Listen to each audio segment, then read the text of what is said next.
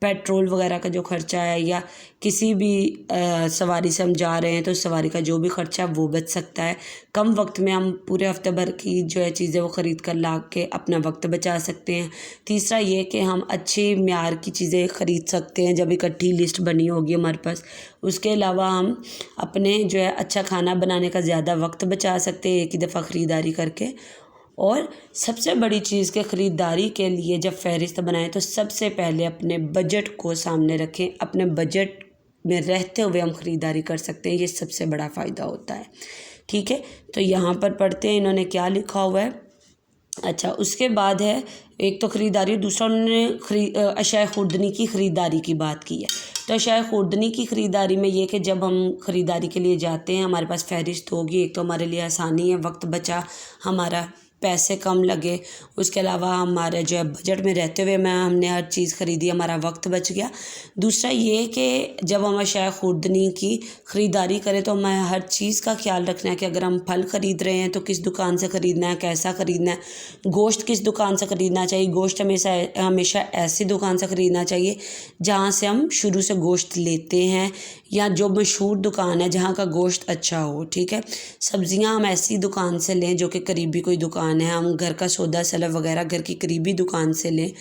اور اس کے علاوہ پھل وغیرہ ہم خریدتے وقت خاص خیال رکھیں کہ وہ پھل اچھا ہو شکل و صورت میں بھی، ٹھیک ہے۔ یہ سب چیزوں کی خریداری کرتے وقت ہمیں مختلف چیزوں کا خیال رکھنا پڑتا ہے، وہ سب پڑھیں گے۔ اور اس کے ساتھ ساتھ سب سے پہلے پڑھیں گے خریداری کی تعریف۔ اپنی آمدنی میں کچھ رقم خرچ کر کے اشیاء ضرورت حاصل کرنا خریداری کہلاتا ہے۔ یہ خریداری ضروریات پوری کرنے کے لیے بھی کی جاتی ہے اور شوق پورے کرنے کے لیے بھی۔ کسی بھی خاندان کی خریداری کی مقدار اور کوالٹی اس کی آمدنی کی شرح کے لحاظ سے کم یا زیادہ ہوتی ہے۔ اشیاء خوردنی کی خریداری اور ان کی اہمیت۔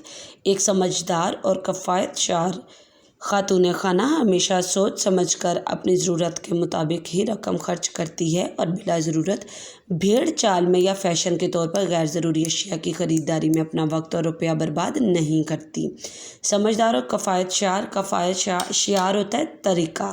کفایت شعار یعنی اچھے طریقے سے جو ہے کام کرنے والی خاتون جو ہے وہ کیا کرتی ہے، سوچ سمجھ کر خریداری کرتی ہے اور اپنا فضول خرچی نہیں کرتی۔ بھیڑ چال یعنی جو ایک ہی چال میں چلتے جانا، بھیڑ چال میں چلتے ہوئے وہ لوگوں کو دیکھ کر فضول خرچی کرتے رہنا عادت نہیں خاتون ایک سمجھدار خاتون کی ہوتی، بلکہ وہ صرف اپنی ضرورت کی اشیاء خریدتی ہے اور اپنے بجٹ میں رہتے ہوئے خریدتی ہے۔ اشیاء خوردنی کا انتخاب کرتے وقت یہ جو ایک لائن میں نے لکھی ہے نا، یہ آپ بھی لکھ لیں یہاں پر، ٹھیک ہے۔ یہ اہم تھی، یہ میں نے اس لیے یہاں پر ایڈ کروا دی ہے۔ اشیاء خوردنی کا انتخاب کرتے وقت ہمیشہ قیمت، وقت اور معیار کو مد نظر رکھتی ہے۔ پھر آپ لکھیں گے اشیاء خوردنی کا انتخاب کرتے وقت مندرجہ ذیل نکات کا خاص خیال رکھنا چاہیے۔ نمبر 1، خریداری سے پہلے ایک فہرست بنا لی جائے جیسے میں نے پہلے ذکر کیا، تاکہ غیر ضروری اشیاء خریدنے سے بچا جا سکے۔ نمبر 2، سبزیاں اور پھل ہمیشہ موسم کے مطابق خریدنا چاہیے، کیونکہ موسمی پھل اور سبزیاں نہ صرف کم قیمت ہوتے ہیں بلکہ ان میں اسٹور کیے ہوئے بلا موسم کے پھل اور سبزیوں کی نسبت زیادہ غذائیت ہوتی ہے۔ نمبر 3، سبزیوں اور پھلوں کے لیے قریبی سبزی منڈی کا رخ کیا جائے تاکہ سبزی یا پھل حاصل کیے جائیں۔ نمبر 4، خریداری ہمیشہ اچھی جگہ اور چلتی ہوئی دکان سے کرنی چاہیے تاکہ تازہ اشیاء کی خریداری یقینی بنائی جائے۔ نمبر 5، ڈبہ بند اور پیکٹ کی اشیاء پر اجزاء اور اس کی آخری تاریخ دیکھ کر خریدنا چاہیے۔ نمبر 6، اپنے بجٹ کے مطابق کم پیسوں میں مناسب خریداری کی جائے۔ اگر گوشت خریدنا استطاعت سے یعنی آپ کی پہنچ سے باہر ہو تو 2 یا 3 دالوں کو ملا کر پکانے سے گوشت کی غذائیت حاصل کی جا سکتی ہے۔ نمبر 7، مسالہ جات، تیل اور گھی وغیرہ سے اجتناب کرنا چاہیے۔ نمبر 8، جلد خراب ہونے والی اجزاء کی حفاظت کے بارے میں معلومات ہونا چاہیے تاکہ ان کی حفاظت کی جائے۔ اچھا، یہاں پر سب سے پہلی چیز تھی کہ فہرست بنا لی جائے تاکہ غیر ضروری اشیاء سے بچ سکے۔ دوسرا ہے کہ پھل اور سبزیاں ہمیشہ ہمیں موسمی خریدنی چاہیے۔ آج کل یہ کہ بے موسمی سبزیاں اور پھل بھی جو ہیں وہ سائنسی طریقے سے اگائی جانے لگی ہیں، ان میں کوئی غذائیت جو ہے وہ موسمی سبزیوں کے مقابل بہت کم ہوتی ہے، تو ہمیں موسمی سبزیاں خریدنی چاہیے، ایسی سبزیاں پھل نہیں خریدنے چاہیے جو بے موسمی ہیں، ٹھیک ہے. اس کے بعد سبزیوں اور پھلوں کے لیے ہمیں قریبی سبزی منڈی جانا چاہیے، کیونکہ سبزی منڈی میں بہت بڑی تعداد میں دکاندار اپنی سبزی پھل لے کر بیٹھے ہوتے ہیں تاکہ ہمیں منڈی سے بآسانی مل سکے سبزی پھل. اس کے علاوہ ڈبہ بند جو ہے پیکٹ والی اشیاء خریدیں تو وہ خریدتے وقت اس پر اس کی آخری تاریخ جو ہے اس کے ختم ہو جانے کی جو تاریخ ہے وہ پڑھ کر خریدنا چاہیے، تاکہ اگر ہمیں تھوڑے زیادہ وقت کے لیے بھی اس چیز کو گھر میں محفوظ کرنا ہے، ہم نے تھوڑے تھوڑے وقفے میں یعنی مہینہ 2 مہینہ کے استعمال کے لیے وہ چیز لینی ہے، جیسے نمک وغیرہ ہم اکٹھا لے کر آتے ہیں تو وہ ایک پیکٹ بھی لائیں تو کافی وقت گزر جاتا ہے. تو ہمیں ایسی چیزیں پیکٹ والی خریدتے ہوئے آخری تاریخ دیکھ لینی چاہیے کہ 5-6 ماہ کا جو ہے آخری تاریخ 5-6-7 ماہ بعد آنے والی ہو تو ہمیں خریدنا چاہیے، تاکہ وہ 2-3 ماہ ہمارا آسانی سے اس میں گزر جائے اور وہ چیز خراب نہ ہو. آگے چھٹا، اپنے بجٹ کے مطابق اگر ہمیں گوشت خریدنے کی ہمیں ہمت نہیں ہے، ہم گوشت نہیں خرید سکتے، تو اس صورت ہم کیا کریں کہ دالیں کچھ سستی ہیں تو ہم 2-3 دالیں لے کر 2-3 دالوں کو ملا کر پکا کر ہم گوشت کے برابر غذائیت حاصل کر سکتے ہیں. اس کے بعد جو مسالہ جات تیل اور گھی وغیرہ اس سے ہم زیادہ سے زیادہ بچیں، وہی ہماری صحت کے لیے اچھا ہے، اور ہم اپنی خریداری میں ان چیزوں کو کم اہمیت دیں. گھی کا زیادہ استعمال نہ کریں اپنی خوراک میں، زیادہ مسالہ جات کا استعمال نہ کریں. ٹھیک ہے. آگے 8واں، جلد خراب ہونے والی اغذیات جو ہیں یعنی جیسے پھل سبزیاں ہیں وہ 2 سے 3 دن اگر رکھے تو وہ اس کے بعد رکھنے قابل نہیں رہتی، وہ پلپلاہٹ سے ہونے لگتی ہے، چھلکا خراب ہونے لگتا ہے، وہ تازہ پن ختم ہونے لگتا ہے. اس سے زیادہ پڑی رہیں تو داغ دھبے ان میں لگنے شروع ہو جاتے ہیں جو کہ ان کو اندر تک خراب کر دیتے ہیں. تو جلد خراب ہونے والی اغذیاء اس میں اور بھی بہت سی آ جاتی ہیں. انڈے زیادہ دیر پڑے رہے خراب ہو جاتا ہے، دودھ زیادہ دیر پڑا رہے خراب ہو جاتا ہے. تو ایسی چیزوں کے بارے میں ہمیں خریداری کے وقت جو ہے دھیان رکھنا چاہیے کہ ہم اتنی خریدیں جتنا کہ محفوظ کر سکیں، اور ان کی حفاظت کے بارے میں بھی ہمیں پتہ ہونا چاہیے. ٹھیک ہے. اچھا، ان سے متعلق ہماری مشق میں کوئی سوالات نہیں بن رہے، میں نے یہاں 2 ہی سوالات بنوائے، زیادہ نہیں بنوائے. پہلا ہے خریداری کسے کہتے ہیں، اس میں آپ یہ پورا لکھ دیں گے خریداری کی تعریف والا، یہ جو 2 لائنیں اور آگے تھوڑا سا. اگلا سوال آپ بنائیں گے شے خوردنی کی خریداری اور ان کی اہمیت لکھیں، تو اس میں آپ یہ پورا لکھ دیں گے 8ویں پوائنٹ تک. ٹھیک ہے. یہ دونوں سوالات آپ اپنی کاپی پر لکھیں گے اور اسی مکمل کو آپ یاد کریں گے.